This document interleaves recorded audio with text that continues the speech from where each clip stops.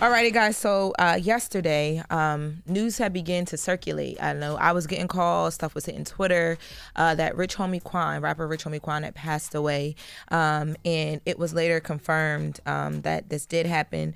So I spoke to a source close to the family, who said that his family was devastated. They were trying to figure out, like what happened, why. And I know TMZ also confirmed the story with the same statement.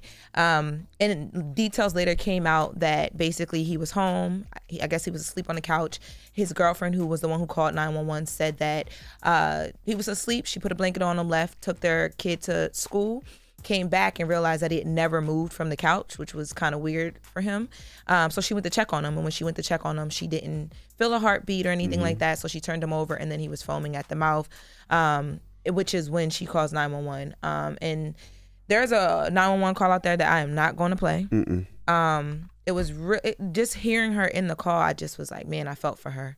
You know what I mean? You hear people in the background kind of coming, and they're trying to figure out what's happening. But why do we need to hear those 911 calls? Like, we don't need why to. are those released to the general public? I just like, what's the reason? Like, we don't need to.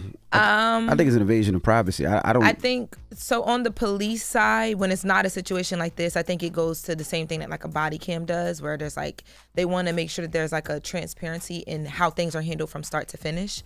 But also too, you can even like there are programs out there where even if it's not released to you, you can go and find a 911 call online. Anyone can go and do that. That's just insane. Yeah, like whatever. But man, I don't know. This one caught me off guard because I feel like Rich Homie Quan, he's been out the way. He says to himself. But there was a lot of people, just sending their rest in pieces. I know one of the first artists I saw post about it was Boosie. And he talked about how he had just spoken to him and can't believe what was happening. Little Kim posted about their relationship as well too, like just them having like a really great friendship. Quavo posted, and there was a photo circulating of it was like Quavo, Kevin Lyles, Takeoff, Offset, and just looking at that photo, a lot of people were like, man, Atlanta, like we've lost so many good artists, and then Quavo and Offset are not even speaking to each other, and these people are the sounds of Atlanta. Rich Homie Quan was also in that photo as well too. Well, they're speaking now as of yesterday. Yeah, well, I was about to say. And then after that happened, Quavo posted that him and Offset had a great conversation. He said it was, a good convo with his bro, and he put the infinity chain symbol in the prayer hand. So that's good. I hate to see it happen through grief, but just to see that they're talking and they're there for each other because, these guys all came up together. So I'm sure they have a relationship that none of us would ever understand. But there were also some things circulating online that I thought were pretty interesting. Just some conversations that Rich Homie Quan had been having over the time. And he struggled with addiction for some time. And again, his cause of death has not been confirmed. But there was a big conversation yesterday around, just some of the things that he had battled with while he was here. Let's take a listen to him on My Expert Opinion. I can't drop no music. My show money down. Man, I got a dark cloud over my head, bro. I probably was the person. I would definitely say I probably was the lowest I was in my life. Cause you got to think, man. I went from here to here fast. I blame myself, and it's growth. And I know it wasn't my fault. Was it drugs involved? Oh hell yeah, man. I was on Molly every day, geeked up. Bite down. Listen, I'm talking, bro, I felt like I couldn't do a show or a song without being on Molly. Before some type of way, we was doing so many shows, I couldn't stay up. So I knew some people like, bro, I got something to keep you up. And motherfucker kept me up, It was a machine after that.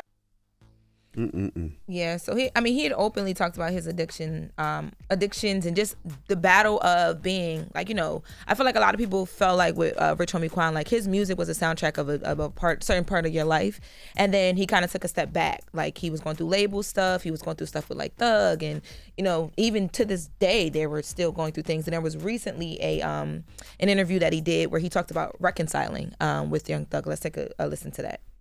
And I heard you on stage screaming "Free Thugger," right? Yes, is there any chance that at some point in the future, either be unreleased music or whatnot, that we'll hear y'all on a song together again? That I don't know, because we do have a lot of we do have a lot of music that hasn't been released, but who knows what the future holds. First and foremost, let's free Thugger, let's free anybody locked up, let's free Lugo, Lucci. It's a touchy situation, so I try not to talk about it a lot, but I don't know what the future holds, man. You know what I'm saying? I wouldn't have a conversation, and then it'll start from there. Okay, sure. I like that answer. Just thinking about Thug, just like a Rich Gang reunion potentially, right? And then now that not being able to happen, that's it's like, man. Well, I will say this: I did listen to the 911 call, and I mean it was just disheartening. One of the things that I want to tell everybody out there is during the call, the person on the call was trying to tell Rich Homie's girlfriend how to do CPR, right? And was asking about a defibrillator. And I was thinking to myself, damn, if something happened to one of my kids or my family members, I don't know CPR. Yeah. Like, I wouldn't know what to do. And a normal person just doesn't have a defibrillator in their house. Like, no. I know of it because I used to work on planes. And when I heard her ask that, I'm like, that's like a normal question they ask you. But was that like a breathing device, right? No. It's the thing that gives you pumps the your shock. heart. They shocks your heart to get your heart rate. So you're supposed to do chest compressions and then you hit with the defibrillator to kind of get the person back going if they. But it made me Who the order hell would one. have that just sitting around in their house? That's what I said. But it made me order one yesterday. I mean, I ordered one on Amazon. Me and my wife ordered one on Amazon, and we scheduled ourselves to take classes. How much that thing cost? Just in case. My wife ordered it. It wasn't that expensive. But my wife call ordered that expensive? Rich Dominican man. I'm not Dominican. I'm black, but he ain't denied being rich though. You hear this thing go way. Big envy, not the little one. That's crazy. But it made me take. But see, you're missing the point. It just made me in the family schedule classes for CPR. Let me see how much this thing costs. So we would learn how to do it. I'm not. I don't even know what that is. I didn't know that. I would have never guessed that was the thing to do the chest. I thought that was something to do with you've breathing. never been on a plane where there's been a medical emergency? Nope. Thank God. They got one up here. So as soon as when you go to the bathroom, it's right on the right hand side. Defibrillator. Yeah, normally it's on like planes. I'm gonna steal that one. It's you gonna steal. I gotta stop thinking out loud. God steal the defibrillator is crazy. Jesus Christ. Listen, R.I.P. to the young man, Rich Homie Quan, sending healing energy to his family. 34 years old is way too young to pass. When I tell y'all at 34, your life is just getting started. I pray all you young individuals get the opportunity to grow old, man. And then you think about it, too many to a lot of people, he's just an artist. But think about what he's a dad. Exactly what he means to his family. That's what I'm saying, man. I was told by the person that I was speaking to that his dad is so heartbroken. They had a really close relationship. Yeah, his dad was his manager as well. Think? Yeah, very close. I'm just saying that to say people don't look at these artists as like human beings. It's like they got family. They got people that depend on them. That's all I think about. As soon as I hear situations like this, I don't think about nothing else other than his family, his kids, his parents. He's a human being who provides for a lot of folks. Yep. Now he's gone. Him changing his life changed a lot of other people's lives. Yeah, man. And he's no longer here. That's what I be thinking about. Yep. And hey, do y'all really got to post text messages and DMs from people after they pass? And it be messages that don't have nothing to do with nothing. Do I really need to know that Rich Homie Quan DM'd you back bet in 2015? Like literally. I mean, why? Why do y'all do that? I talked to him yesterday, bet.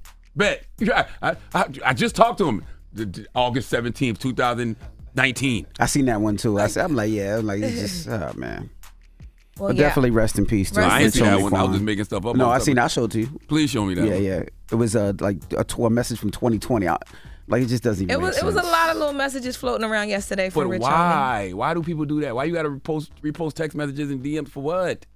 I don't know. I don't know either. Okay, just to let people know you know him. All right. Well, again, sending healing energy to his family and rest in peace. And that is Jess With The Mess with Lauren LaRosa. All right, can we play Rich Homie Quan joint? We got Play the top some of the hour. stuff. You got some lifestyle, or I know we played Type of Way earlier. We got lifestyle. All right, we'll get into that. All right, it's the Breakfast Club. Good morning. Wake that ass up early in the morning. The Breakfast Club.